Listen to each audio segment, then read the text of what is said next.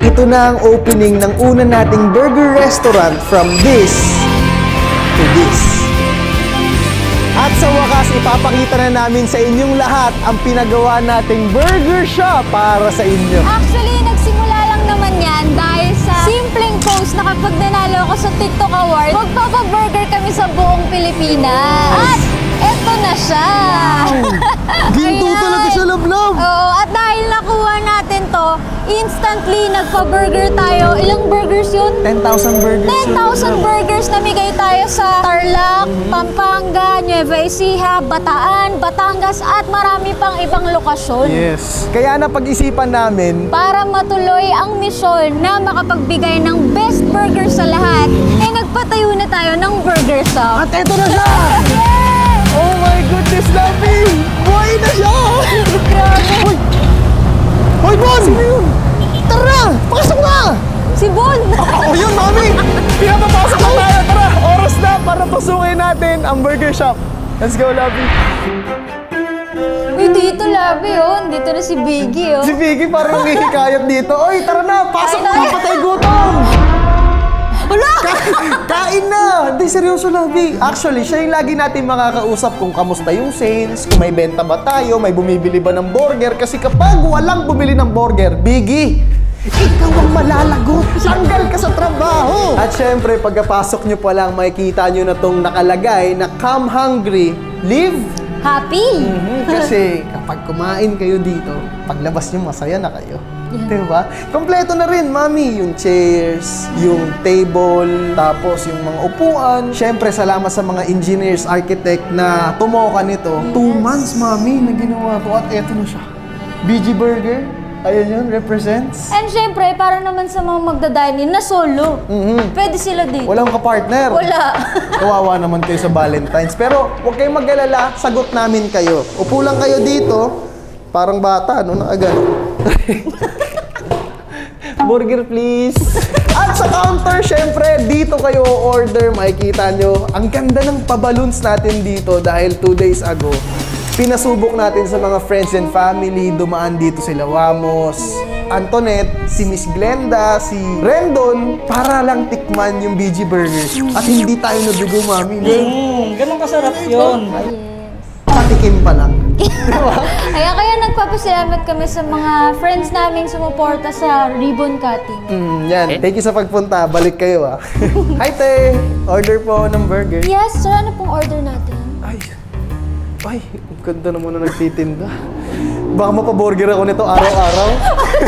At syempre, andito, nakalagay na rin yung mga binibenta natin na burgers. Andyan yung gangbang burger. Sobrang dami niyan, kaya dapat matikman nyo yan. Ano yung best seller natin dyan, madam? Paano tayo magkakaroon ng best? Kakabukas lang natin. At dito naman, pasukin natin ang loob ng kusina kung saan nangyayari ang magic kung bakit tayo babalikan ng ating mga minamahal. Uy, madam. Saan na yung order? Relax po. Ano po bang gusto niya, madam? Burger. Burger! Wala pang handa, madam. Wala po, wala. Naghahanda pa lang, madam, kasi baka sugurin tayo ng sobrang daming tao dito, madam. Dito natin ihahanda yung burgers nyo, lahat ng iba't ibang klaseng putahe. Meron din tayo. Kahit chicken wings, mami, mag-offer tayo, di ba? Saka pasta. Wow, pasta. Talagang kapag naging available tayo sa Grab, tsaka Food Panda, abangan nyo yan, ha? Kasi meron tayong mga pasurpresa. Baka tayo ang mag-deliver mismo sa bahay nyo. Uy. Pwede, mami, di ba? Ito, preparation area pa lang to. Uy, Diyos ko po, nakasira pa. Ano ba naman Pasensya yan? na. Pasensya na, madam. Bago lang. Sa trabaho, pasensya na. At dito naman sa kusina, makikita nyo, puro metal equipments yung ginamit natin dyan para mas malinis, mas hygienic. Tapos, syempre, walang mga kahit anong dumi yung mga kapit dito kapag pine-prepare natin yung food nyo. Kaya talagang suabe yung pagluluto natin. Ayan, syempre nandito ang ating freezer. Mga stocks yan, mami. Yes. Yan, favorite ni Carlin, syempre, ha? Uy, baka makita niyo yung mga brand na ginagamit namin. Hindi pwede, no? Hindi pwede. Hindi pala pwede. Secret yan eh. You know, secret sauce, secret ano. Ay, pero sa totoo lang, hindi na kailangan ng secret sauce. Kapag ikaw yung nagtinda, babalik talaga ako. O tara, mami, silipin naman natin ngayon ang second floor kung saan pwedeng mag-celebrate ng party dito. Ito yung itsura niya noon, at ito na siya ngayon. Grabe men, 2 buwan lang natin nagawa to. Tapos ito na siya. Ang galing. So, meron tayo ditong mga sofa chairs. O, diba? Pwede talaga siya for friends. Kaya tayo nagpalagay ng second floor kasi ma-occupy yung first floor eh. Kaya kailangan mas malaking space dito. Mababasa lahat nila to, a timeless favorite that never disappoints. Treat yourself today. Kasi kapag tinipid po yung sarili mo, hindi ka mabubusog. Ay, ang sarap! Oh my God! Relax na relax. Ay, pasensya na. Dami pa palang uupo dito. Nilagay ko yung paa ko. Tapos lahat ng mga tropa na pupunta dito, kitang-kita agad natin sa baba. O yan, mga naghihintay niya ng libreng burger. Wala pa tayong luto eh. Pasensya na ha. Labi, anong mangyayari naman dito sa tinatayuan mo ngayon? Ito ang tinatawag na activity area. May activity area. Activity area actually kasi kailangan ni Biggie magtrabaho. Magtrabaho. Dito sasayaw si Biggie, Oo. mami. Uy, bagay na bagay ito. Kuwari, di ba may kiddie party? Tapos nandito yung pa-decoration. Uy, malapit na birthday ng baby ko, December 14, Diyos ko po. Pero para sa nagsisimula ng negosyo, nakakapagtakalablab, bakit ganito agad kabigat yung ininvest natin? Parang restaurant talaga siya, mami.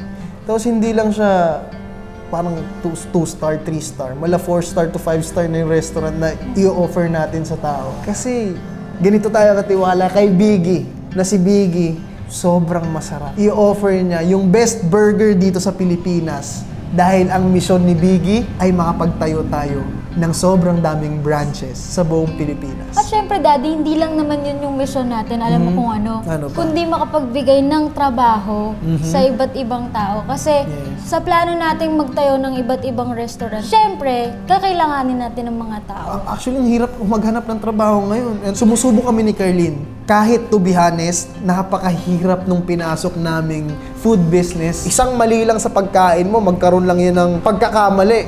Ibabash ka na agad. Parang may mali ka na agad. Huhusgahan na agad yung buong pagkatao mo, buong may-ari ng resto, buong restaurant mo, di ba? Tinanong rin pala ako ni Rendon tsaka ni Pastor nung nagpa-blessing kami dito sa BG Burger noong December 8. Yung tanong niya, sino yung partner nyo dito sa business na to? Ang sinabi ko, wala. Kasi yung partner natin dito, love. Si Lord. Amen. Kaya malakas ang loob namin. Kahit wala ng pera, ito na, pantapan. Mukhang mayaman, pero wala ng pera. Siguradong susubukan nila to. Mami. I can't wait na ganun yung mangyari. Yung hindi nila tayo kilala, pero makikilala nila yung BG Burger itself. Yes, kasi Labi, yung sarap ng burger na. Kasi yung sarap ng Burger King. Ayun, kasarap, mami. So yung Burger King, siya yung pinaka-top level ng burger natin dito sa Pilipinas. At yun yung ini-aim kong i-compete. Burger King, kabahan ka na. Wow, Burger King na yun eh. Pero malay mo naman, Malay mo, di ba? makaabot tayo dun, di ba? Sabagay, di ba? That's the goal. Yes, that's our goal. Pero sa December 15 onwards, magbubukas na tayo, mag-ooperate na tayo, and we will serve the best service and best food sa inyong lahat. Yun yung pangako namin sa'yo. Hindi nyo to palalagpasin kasi siguradong babalik kayo dito. Biggie, ikaw na magbabay sa kanila. Alina kayo nakasuki! Tumikim na kayo ng burger namin! Sino ba Labi! hindi matatanggal yan? Yes! Labi, tulong! Tara, alis na tayo. Tara. Bye-bye! Kaya sana sa lahat ng tropa natin dyan, supportahan nyo yung munti naming negosyo. Located yan dito sa CAA Tandang Sora. Baka doon sila mapunta. CAA Las Piñas. Magkita-kita tayo, mga kabigi. Paalam!